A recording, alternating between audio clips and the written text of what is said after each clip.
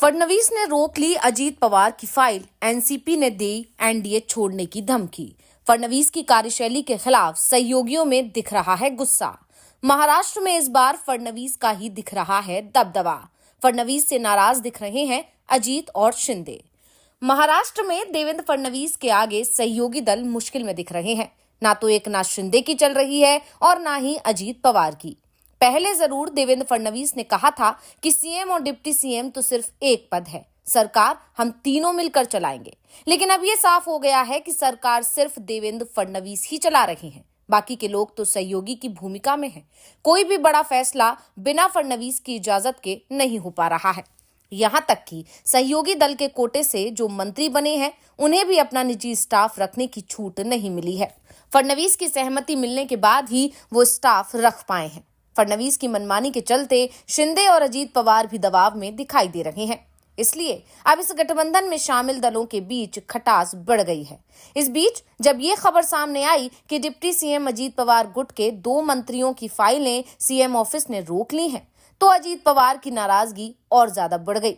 NCP की तरफ से सरकार को सख्त चेतावनी दी जा रही है। इसके बाद ये साफ दिखाई दे रहा है कि महायुति गठबंधन जल्दी ही बिखरने वाला है। तो क्या है पूरी खबर, इसी पर आज हम अपनी स्पेशल रिपोर्ट में करेंगे चर्चा। वीडियो को आखिर तक जरूर देखें। अजीत पवार की एनसीपी के 2 मंत्रियों की फाइलें सीएम देवेंद्र फडणवीस के ऑफिस ने रोक ली हैं। अजीत पवार इस खबर से नाराज हैं। अपने बंगले पर उन्होंने विधायकों की मीटिंग बुलाई थी, जिसमें उन्होंने अपनी इस नाराजगी का खुलकर इजहार भी किया है। विधायकों के साथ हुई मीटिंग में अपनी नाराजगी जाहिर की है। उन्होंने अपने सोशल मीडिया अकाउंट पर इस बैठक की जानकारी देते हुए कहा कि देवगिरी स्थिति में मेरे आवास पर पार्टी विधायकों के साथ एक जरूरी बैठक हुई। इस मीटिंग में कई मुद्दों पर चर्चा हुई। राज्य की समस्याओं व पार्टी के भविष्य पर भी विस्तार से बात की गई।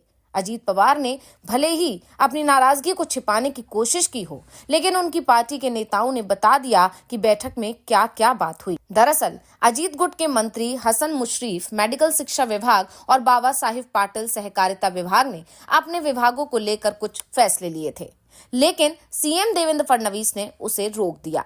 इसको लेकर अजीत गुट भड़का हुआ है। अजीत पवार का कहना है कि अगर महायुति में शामिल दलों को इस गठबंधन के साथ आगे बढ़ना है, तो इसमें शामिल सभी दलों को आपस में समन्वय बनाकर ही चलना होगा। अगर सीएम को किसी भी फैसले पर आपत्ति है या वो उसे रद्द करना चाहते हैं, तो पहले इस पर विचार विमर्श जरूरी है, नहीं तो इससे कंफ्यूजन पैदा होगा। इस बीच अजीत पवार की नाराजगी का एक कारण उनके करीबी धनंजय मुंडे को निशाना बनाने को लेकर भी है।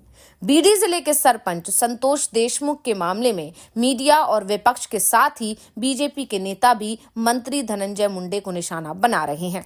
मुंडे से इस्तीफे की मांग बीजेपी के अंदर से ही की जा रही है। फडणवीस पर भी इसे लेकर दबाव बनाया जा रहा है। बीजेपी विधायक सुरेश धस महायुति में होने के बावजूद मुंडे पर लगातार हमला कर रहे हैं। धस का ये रवैया भी अजीत को रास नहीं आ रहा है। उनका मानना है कि बीजेपी के नेता पीछे से धस को हवा दे रहे हैं। अजीत पवार ने कहा कि अगर बीजेपी के नेता या कोई भी मुंडे के खिलाफ सबूत देता है, तो वो जरूर मुंडे पर होने वाली कार्रवाई का विरोध नहीं करेंगे। इससे पहले जब सुप्रिया सुले ने इस मुद्दे को उठाया था और कहा था कि अजीत उन्हें बचा रहे हैं, उस समय भी अजीत पवार ने एसआईटी टीम को सबूत देने की बात की थी। धनंजय मुंडे के मामले को लेकर अजीत पवार पहले सीधे सीएम फडणवीस से मिलकर भी अपनी नाराजगी जाहिर कर चुके हैं। अजीत पवार ने देवेंद्र फडणवीस से कहा कि बीजेपी विधायक सुरेश धस और अभिमन्यु पवार पिछले कुछ दिनों से धनंजय मुंडे पर निशाना साध रहे हैं। उनके पास कोई सबूत नहीं है, इसके बावजूद लगातार निशाना बनाया जा रहा है। ये ठीक नहीं है। गठबंधन के सहयोगियों को इस तरह परेशान नहीं किया जाना चाहिए। उन्होंने फडणवीस से विधायक की बयानबाजी पर लगाम लगाने की मांग की है। सुरेश धस के आक्रामक तेवरों के पीछे की वजह यह है कि पवन चक्की रंगदारी मामले में सीआईडी ने जिस वाल्मीकि कराड को गिरफ्तार किया था, वो कराड धनंजय मुंडे का करीबी है। इसीलिए विपक्ष भी लगातार ये मुद्दा उछाल रहा है और धनंजय मुंडे से इस्तीफे की मांग कर रहा है। लेकिन इस मामले में सत्ताधारी विधायक धस के कूदने से कई लोगों की भौहें तन गई हैं। इसे लेकर अजीत पवार और फडणवीस से मुलाकात भी की। लेकिन बावजूद इसके धास की बयानबाजी थमती नहीं दिख रही है, जिससे अजीत पवार नाराज हो गए हैं। दरअसल बीजेपी के विधायक सुरेश धास अजीत पवार के करीबी नेता और मंत्री धनंजय मुंडे पर आरोपों की बौछार कर रहे हैं। रोज प्रेस कॉन्फ्रेंस कर उनका इस्तीफा मांग रहे हैं। इससे एनसीपी के लिए बड़ी मुसीबत खड़ी हो गई है। दरअसल अजीत पवार की नाराजगी के और भी बहुत कारण हैं। सबसे बड़ी बात यह है कि ये सरकार कहने को तो महायुति की सरकार है। 3 दल बीजेपी, शिवसेना और एनसीपी ने मिलकर विधानसभा चुनाव लड़ा था, सरकार मिलकर बनाई थी। लेकिन जिस तरह से देवेंद्र फडणवीस सरकार चला रहे हैं, उससे ये सरकार बीजेपी की सरकार बनकर रह गई है, क्योंकि सहयोगी दल अपनी ही सरकार में खुलकर फैसला नहीं कर पा रहे हैं। जबकि अजीत पवार का साफ कहना है कि देवेंद्र फडणवीस अगर सीएम बने हैं तो वो एनसीपी के दबाव के चलते ही बने हैं, नहीं तो एकनाथ शिंदे को मनाने में बीजेपी के पसीने छूट गए थे। शिंदे सिर्फ इसीलिए सीएम पद छोड़ने को तैयार हो गए थे क्योंकि उन्हें यह एहसास हो गया था कि अगर वो सीएम पद नहीं छोड़ते हैं तो भी देवेंद्र फडणवीस सीएम बन जाएंगे। फिर शिंदे को सरकार में हिस्सा भी नहीं मिलेगा, क्योंकि बीजेपी और एनसीपी मिलकर ही बहुमत के आंकड़े के पार निकल जाएगी। अजीत पवार को उम्मीद थी कि समर्थन की उन्हें पूरी कीमत मिलेगी, और सबसे बड़ी बात, अजीत पवार को देवेंद्र फडणवीस की दोस्ती से भी बहुत उम्मीद थी। महायुति में शामिल होने से पहले भी फडणवीस और अजीत पवार के बीच दोस्ती मानी जाती थी, और इसी के चलते ही अजीत पवार ने 2019 में भी फडणवीस के साथ मिलकर सरकार बनाई थी। लेकिन ये सरकार कुछ ही घंटे तक चल पाई थी। लेकिन 2024 में अजीत बीजेपी के साथ मिलकर चुनाव लड़े थे। अजीत पवार को एनडीए में आने का एक फायदा तो मिला, उनके खिलाफ भ्रष्टाचार के जितने भी मामले मिल रहे थे उनमें से अधिकांश में उन्हें क्लीन चिट मिल गई, और जो कुछ बचे भी हैं उनमें जांच बेहद धीमी हो गई है।